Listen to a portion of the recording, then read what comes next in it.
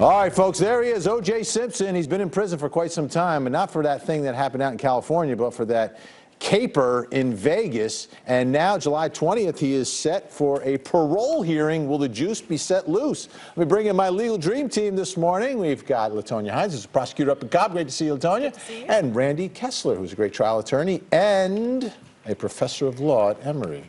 Smart guy. LaTonya's very smart too, but I mean, this is the professor. All right, let's start here with O.J. Simpson, parole. Here's the question: should he get parole? Should he be given a chance?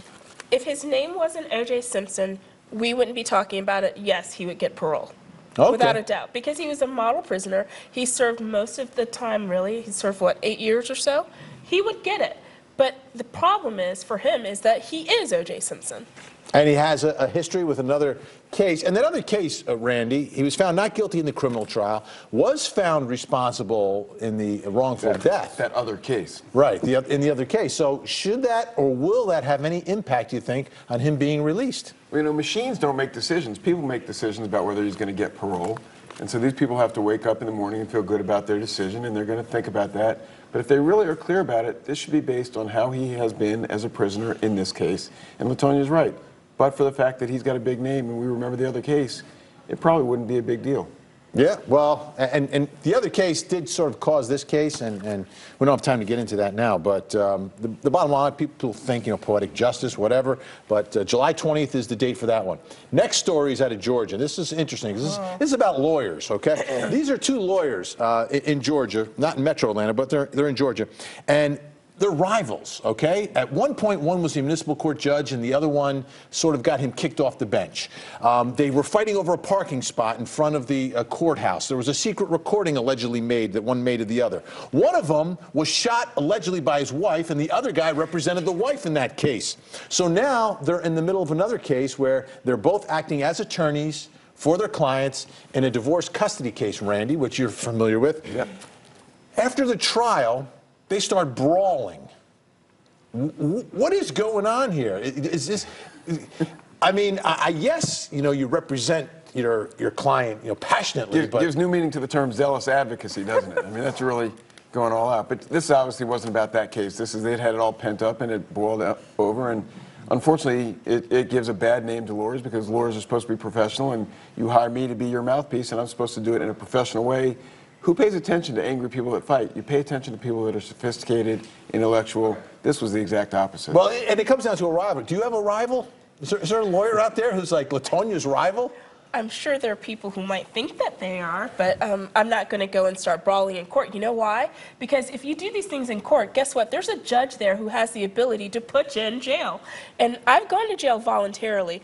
I wouldn't want to go there involuntarily. Wait. Voluntarily for what?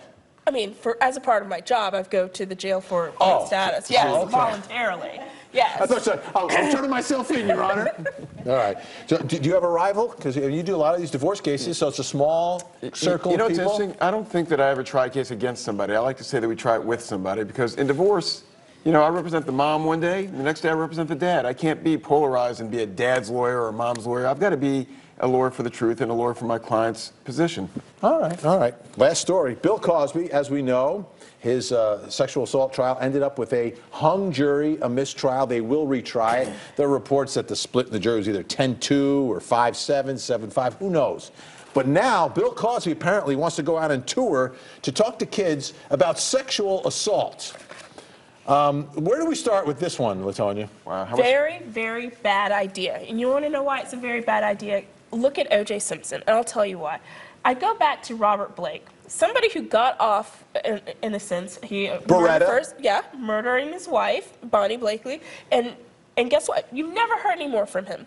He went and he got his acquittal, and you've not heard anything. And he told us that in the post-trial press conference, that I'm going to ride off into the sunset. Right. And that's what he did. Well, O.J. Simpson didn't do that. When he got acquitted, what did you see? If I had done it, he writes this book. He's all in, you know, he's everywhere, and it's just getting in people's nerves. And I'm like, Bill Cosby, at this point in time, you know what?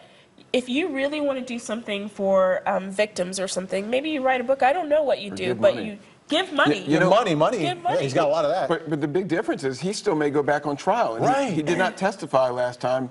You know, everything that we put on TV or that he gets filmed doing, that's possible evidence against him. You know, he said this to the public, and that can be used against him. Why would you say anything until you are 100% clear? So what sort of advice will he have for kids? Will it be like, if you're going out on a date, don't give your date pills before you... Well, what about this advice? You're married, so maybe stay with your Don't go on vows. dates when you're married. Yeah, like maybe you you go know, with that first. But we're forgetting, he does have a really big name and still has a lot of respect among a lot of people. He is still Dr. Huxtable to a lot of people.